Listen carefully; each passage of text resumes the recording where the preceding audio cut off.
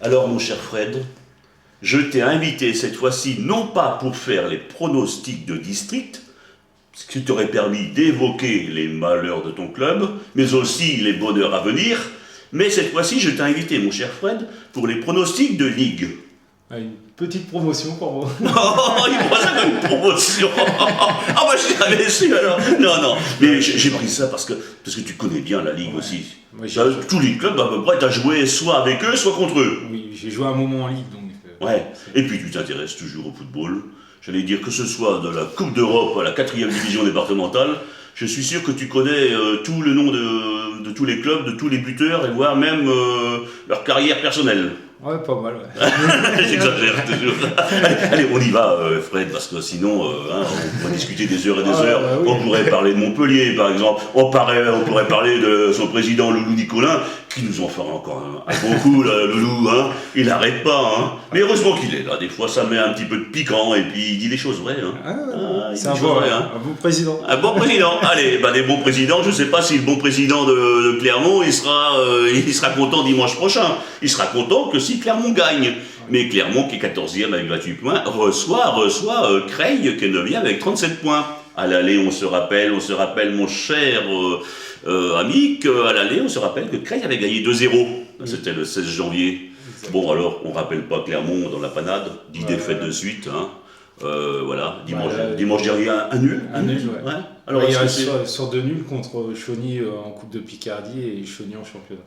Voilà. Hein. De résultats nuls, mais bon, avec des matchs nuls, on n'avance pas. Quoi. Ouais, mais est-ce que c'est l'Hirondelle qui fait le printemps ? D'après les échos que j'ai eus, en Coupe de Picardie, il y avait la moitié d'équipe A et B. Ouais. Ils ont fait un très bon match. Ouais. Et là, avec la A, ça n'a pas été. Ils ont fait un bon match, mais c'était pas ça. Quoi. Donc, ouais. Mais il y a eu des chamboulements, j'ai vu la composition des équipes, il y avait des joueurs qui étaient plus habitués en B qui sont rentrés en A, même dimanche aussi. Hein. Ouais. Hein, non, mais c'est bien au moins. Ouais. Mais bon, clairement, ça sera difficile maintenant. Ouais, ce sera difficile. Creil, lui, a fait un nul contre Camon. Contre Nel. Contre Nel, mais Camon auparavant. Hein. Ouais. Il y a 2 derniers nuls, et puis la dernière, il y a eu 5 défaites auparavant. Hein. Hein.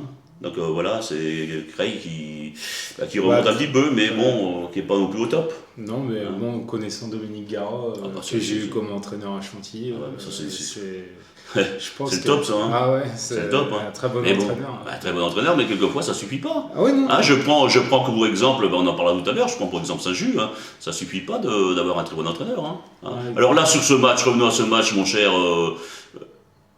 Alors, vas-y, dis-moi un petit peu ce que tu en penses, toi. Moi, clairement, c'est difficile.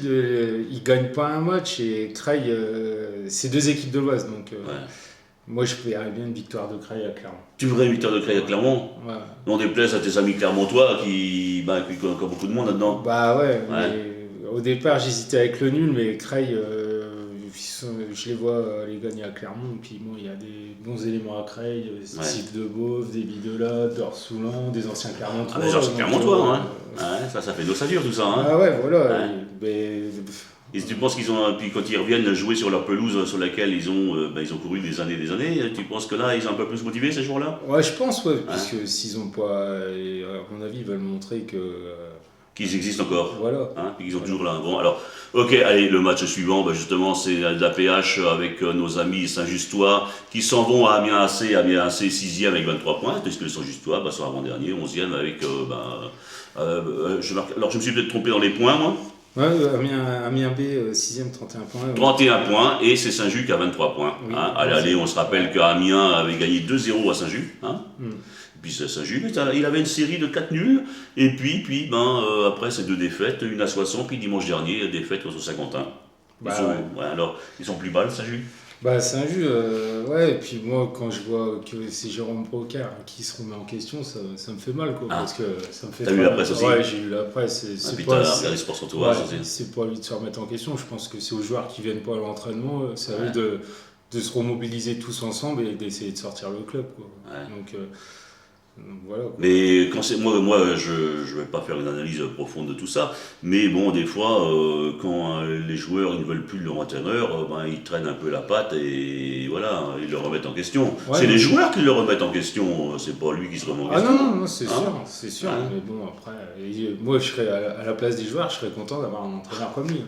Si tout le monde pouvait t'entendre. Donc, Hein un joueur avec le talent qu'on lui connaît, quand on le voit encore, même à son âge, à 36 ans, il a encore un super niveau. Et puis avec son passé, mais bon, comme tu dis, il y a beaucoup de gens, beaucoup de vrais footballeurs qui aimeraient avoir ce Jérôme Brocard comme entraîneur. Exactement.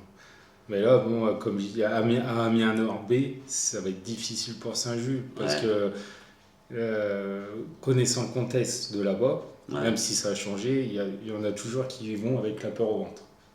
Donc ça va être difficile. Moi, je vois une victoire d'Amiens, malheureusement. Quoi. Mais en plus, on ne sait pas comment va être composée l'équipe de Saint-Just dimanche prochain. S'il aligne beaucoup de 19 ans, comme il a pris l'habitude de le faire depuis quelques matchs, là, effectivement, les gamins qui vont s'en aller là-bas, ils vont être super bien accueillis. Hein. Ouais, non, c'est ça. Puis après... Dans le premier quart d'heure, ils vont comprendre à qui ils ont affaire. Hein. Exactement. Bon, alors toi, tu vois, malheureusement pour Saint-Just, tu vois Amiens gagnant, toi. Oui. Là, ce qui n'arrange pas les affaires de Saint-Just. Bah non, mais bon, attends, le match n'est pas encore joué. Exactement. S'ils peuvent me démentir. On attend que ça. Hein. Je serais content pour Jérôme. Ouais. Et puis pour le club aussi. C'est quand même. C'est quand même une place forte du football, Saint-Just. Ouais. C'était à une époque, ça devait être le 3e ou 4e club du département au niveau effectif comme au niveau résultat. Ouais, ils étaient aux portes de la CFA. Oui, ils avaient ces derniers matchs qu'ils avaient perdus. Sinon, ils étaient. Donc tu vois, c'était le 3e et puis maintenant, ils sont plus ils sont peut-être dans le top 10 ou le top 15, mais pas mieux. Quoi, hein. Allez, Grand Fresnois, c'est dans l'autre groupe, ça. Dans le groupe Grand Fresnois, 5e, 41 points, qui reçoit Buire, 12e avec 27 poinns. Allez, c'est Grand Fresnois qui s'imposait à Buire. Hein. Oui. C'était il jouait le 20 février. Mais attention, je disais, je voulais te dire, attention, Buire a-t-il une nouvelle conduite, Buire, parce qu'il a quand même battu Breteuil dimanche dernier. Ouais, mais bon, après, on ne sait pas l'effectif qu'il y avait à Breteuil. Donc, toi, tu me disais, tu as vu comme information que c'était pas l'équipe top de Breteuil. C'était mélangé apparemment, puisqu'il y en a qui revenaient de sport d'hiver, qui n'avaient pas envie de jouer le dimanche. Je sais pas vraiment. Donc c'était pas le meilleur Breteuil. Non, c'était pas le Breteuil que j'ai vu hier soir. Ah oui, parce que tu as vu un Breteuil hier soir. On en parlera dans le coup après, là, quand ce sera le tour de Breteuil. Bon, alors, Grand Fresnois, de ce côté, se fait un bon nul le dimanche dernier contre Compiègne. Ouais, exactement. Et puis Grand Fresnois, ils ont des bonnes équipes de jeunes, tout ça, comme je dis tout le temps. Et puis Grand Fresnois, moi, je les ai donnés gagnants contre lui. Tu les as donnés gagnants. Ah oui. Et je compte sur Grand Fresnois. Grand Fresnois ça va jouer Compiègne, Breteuil, Grand Fresnois, ils seront pas loin non plus. Ils seront pas loin. Bah oui, Compiègne et Breteuil, bon, ils ont peut-être un peu d'avance quand même. Un peu d'avance, mais bon, Il reste combien de matchs, 9 ou 10 10, je crois. 10, il y a quoi de gagner des points. Voilà. Il y a de quoi en perdre aussi. Ouais. Bon, allez, maintenant Breteuil dans le même groupe, c'est Breteuil qui est premier avec 50 points. Breteuil, on rappelle, dimanche dernier, un faux pas de Breteuil, qui reçoit Gamache. Gamache, les derniers, avec 26 points. L'aller, c'était Breteuil qui s'imposait 3-0 à Gamache. Alors, toi qui as vu l'équipe de Breteuil hier jouer en Coupe de l'Oise contre Chambly, qu'en penses-tu de cette équipe de Breteuil ? J'ai trouvé une super belle équipe de Breteuil. Des bons éléments comme Delomel, le petit Thomas Alu, le gardien Thibaut. Il y a des bons joueurs. Puis hier, il méritait au moins le match nul. Il y a des bons joueurs, il y a un beau football qui est bien pratiqué. On voit que c'est du football léché, qu'il y a une patte d'entraîneur. Ah oui, ça se voit directement. Parce qu'il y a des équipes qui ont des entraîneurs, mais l'entraîneur n'est pas capable d'imposer un jeu. Ah non, mais là, Luc Courson, tu vois que c'est du Luc Courson qui est sur le terrain. Non, ça se voit. Puis moi, les gars, ils écoutent bien et tout. C'est vraiment une belle équipe de Breteuil. D'ailleurs, je suis déçu de ne pas les rencontrer au prochain tour parce que. Oui. Tu es déçu de ne pas perdre contre eux ? Tu vas préférer perdre contre Chambly ? Non, je blague. Tu vas pas perdre. Tu vas pas perdre. Ça sera pas une partie facile, mais. Non. Ce sera pas une partie facile, mais bon, ce sera peut-être un beau match. C'est ce qu'on souhaite. Ouais. Et puis pour un public qui n'a pas l'occasion de voir tous les jours une belle équipe comme Chambly. Ouais, voilà, exact. Ouais. Voilà. Bon, alors pour toi, Breteuil ou Gamache? Breteuil. Bon, sans souci. Sans souci. Il n'y a pas eu de blessé hier soir? Non. Pas eu de carton rouge? Non, il y a eu des crampes. Des crampes. On demande de jouer le dimanche et le mercredi, il y a 2 jours pour se remettre. Bon, allez, donc c'est Breteuil pour toi. Maintenant, l'Inter, tu savais, mon cher Fred, que Conti, au match aller, est allé s'imposer à Liancourt, sur le score de 3-1, et que ce même Conti reçoit ce même Liancourt dimanche prochain, mais c'est à Conti. Oui. Alors, Liancourt, qui est pas mal au classement, puisqu'il est second. Oui, il faut qu'il garde ses distances avec le 3e qui est le Fayet, qui est pas mal non plus. Ouais. Donc moi j'y vois bien faire un match nul à Conti. À Conti, ouais. Tu penses que ça va satisfaire Hubert Lemonnier? Serait content je pense qu'il aimerait bien une victoire, même moi, un match nul. Déjà pas perdre à Conti, ça serait une bonne chose, et qu'ils gardent leur seconde place. Conti qui a perdu dimanche dernier contre 3-0, mais c'est à Doullens. Ouais, Doullens. Est-ce que Liancourt qui est quand même 6 matchs en défaite, mais... Et la dernière défaite c'était contre Conti justement. Ouais, exact. Voilà. Mais ils prennent beaucoup de buts encore. 4-3 contre 5 Red. Ils en marquent beaucoup. Ouais, ils ont un attaquant Olivier qui est redoutable. Même sur penalty. Moi j'en reviens là-dessus. Faire tirer le même joueur 3 penalty, en plus le mec il marque les 3. Ah ouais, non, mais c'est bien. Au moins il est lucide. Il prend ses responsabilités. Ludovic, ça c'est vraiment un grand champion là, parce que bon, alors toi tu vois un match nul là-bas à Conti. Un match nul. Ouais. Alors maintenant le groupe B, c'est Balagny, que tu connais super bien aussi, qui s'en va à la Morlaix. La Morlaix 9e a eu un 4 points, et Balagny second avec 35 points. On rappelle que Balagny fait une belle saison. Et 7 matchs gagnés, 2 matchs nuls et 3 défaites seulement. À l'aller, c'était Balagny qui s'imposait 3-2. 3. 3-2. Oui, 3-2, parce que t'as pas vu tous les buts, t'es parti avant, t'as pas vu tous les buts. Bon alors, vas-y. Puisque c'est le gars de la Morlaix qui a marqué un 6 € tourné, je sais plus quoi, il avait marqué un beau but, j'étais parti à ce moment-là. Voilà, il a profité. Alors maintenant, qu'est-ce que tu en dis, toi, mon cher Fred? Est-ce que Balagny est capable d'aller faire un bon résultat là-bas à la Morlaix? À la Morlaix, un beau terrain, toi qui aimes bien les beaux terrains, là tu peux amener ton club de golf, là il suffit, t'arrives, tu fais les trous, puis hop, tu peux jouer, J'aime bien les beaux terrains, mais pas trop, parce que pour prendre le bouillon après, c'est pas évident. Bon, alors, qu'est-ce que t'en penses? Non, Balagny, ils sont sur une bonne dynamique, puis moi je suis content pour l'équipe Arachide, et puis ils ont Anthony qui marche super bien. Oh là. Il marque tous les week-ends. Ouais, et puis moi je vois physiquement, je le connais depuis quelques années, physiquement il grandit, et puis il forcit, quoi. On voit que ça commence à devenir un homme. C'est vrai, sur le terrain il va être impressionnant lui. Il va être impressionnant sur le terrain. Puis il se bat tout le temps. Il lâche Balagny, il lâche rien jusqu'à la fin de saison. Comme j'ai toujours. À Balagny, on peut citer tout le monde. Oui, voilà. On peut citer tout le monde. Mais il y a un joueur que j'avais vu jouer, même 2 joueurs que j'avais vu jouer à Etou auparavant, c'est Bialeki et puis Dumoulin, qui ont, alors là, métamorphose. Ils ont changé. C'est l'air de Balagny, peut-être. Ils ont changé complètement. Surtout François. Il est aussi bon à gauche qu'à droite. Il court partout. Il court partout et puis il plante en plus. Puis Ludo au milieu de terrain avec sur les côtés les poulets, les merlons. On oublie. Non, franchement, c'est. Une belle équipe de Balagny. Comme j'ai toujours dit, c'est cette année ou jamais. On le dit tous. Et moi je parierais 20-30 € qui monteront cette année. Ah bon? Ah ouais, même plus. T'as de l'argent en rame ou quoi Non, mais. Non, c'est vrai, c'est cette année. Rachid, c'est un gagneur mais seulement c'est un gagneur, parce que il est gagneur sur le bord du terrain, mais c'est les joueurs qui sont sur le terrain qui sont des gagneurs aussi. On n'oubliera pas de citer quand même si il commence à prendre de l'âge, surtout Karim derrière. Karim, c'est avec des gens comme ça. Il joue au football jusqu'à 40 ans, Karim. Il a 3 poids comme ça. Comme toi. Comme moi. On est des morts du ballon. Donc pour toi, c'est Balagny qui pourrait faire quelque chose là-bas ou pas? Balagny s'impose à la Morlaix. Balagny va gagner à Morlaix. Ouais. Voilà.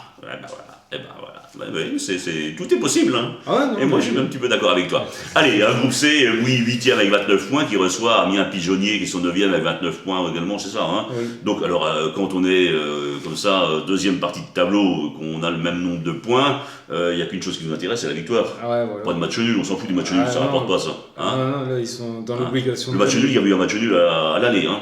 Ouais. Mais bon, alors. Puis ils égalisent à la 92e ou 93e minute. Ouais. Ouais, c'est Mouille qui égalise. Ouais, Mouille qui égalise là-bas. Ah bah imagine que quand là-bas t'es ému à 96 minutes, hop, tu prends ton sac et tu pars en courant. Non, Mouille, ils sont dans l'obligation de gagner de toute façon. Parce que s'ils viendraient à perdre ou à faire match nul, ça se resserre derrière. Puis il y a Villers-Bretonneux derrière. Et tout, les deux Villers qui sont derrière. Faut faire attention. Mais bon, je connais bien les gars qui jouent à Mouilly. J'ai confiance en eux. Et puis moi, je les oublie pas de toute façon. Et je sais très bien qu'ils vont faire un résultat. Tu sais très bien. Tu leur fais confiance. Je leur fais confiance. Ils ont perdu 15-0 à Étampes. Donc, non, je leur fais confiance. Donc pour toi, c'est Mouille. C'est Mouille, je suis tout cœur avec eux, avec l'équipe. Ah, ça, t'es un vrai copain, t'oublies pas tes anciens partenaires. Non. Hein. Bon alors, on reprend tout. DH, t'avais dit Clermont-Creil, et toi tu dis Creil. En PH, t'avais entre Amiens AC, B, et puis Saint-Just, tu dis Amiens AC. Grand Frénois, Buire. Grand Frénois. Breteuil, Gamache. Breteuil. En Inter, Conti, Lyoncourt. Match nul. La Morlaix, Balagny. Balagny. Et puis groupe C, Mouille, Amiens Pigeonnier. Mouille. Bon, t'as vu, c'est moins long que le district. C'est moins long. Mais... Bon, alors en district, dimanche prochain, est-ce que tu peux annoncer ce que vous allez faire? Est-ce que tu connais le résultat déjà? Classico. Classico. Il n'y a pas de frais de déplacement là. Non, puis bon, comme je disais, on est dans l'obligation de gagner. Hein. Maintenant, on n'a pas le choix. Il nous reste 6 matchs, on a 4 à la maison, 2 à l'extérieur. On n'a pas le choix. Donc maintenant, il faut absolument battre Mouilly. C'est plus difficile de jouer contre une équipe voisine avec des joueurs que tu connais en face. C'est pas évident parce qu'on n'est pas loin de l'un de l'autre. Et tu les connais, les joueurs qui sont en face, tu les salues avant, tu les connais, c'est des copains. Ouais, la plupart. C'est comme ça, est-ce que tu te dis pas, tiens, bon, je me limite un petit peu en engagement le ballon, c'est le ballon. Non, je peux pas parce que même si j'ai des potes en face, mais quand on est sur le terrain, on n'a plus de copains. C'est 90 minutes, il faut sauver le club d'Angy et je ferai tout pour le sauver. Non, on est dans l'obligation de gagner.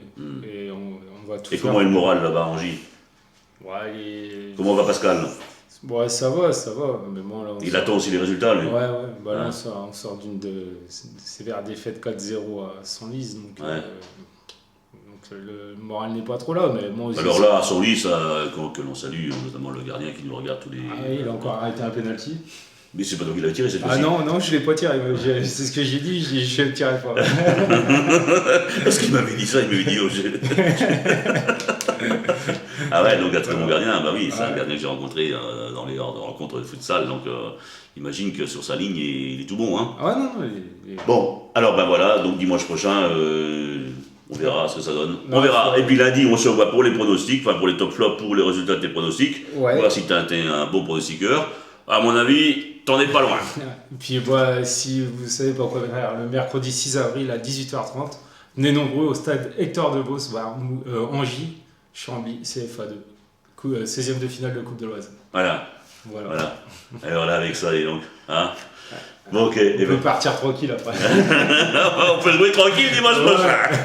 Mon cher Fred, je te remercie. On va pas serrer la main parce qu'on se serre. On va serrer la main quand il va partir tout à l'heure. Ça veut dire une coutume, on serre la main. On serre la main avant le match. Allez, et nous, on retrouve notre ami Fred et également, on retrouvera Aurélien aussi pour le district lundi prochain. Allez, bon match à tous et puis profitez-en, il fait beau.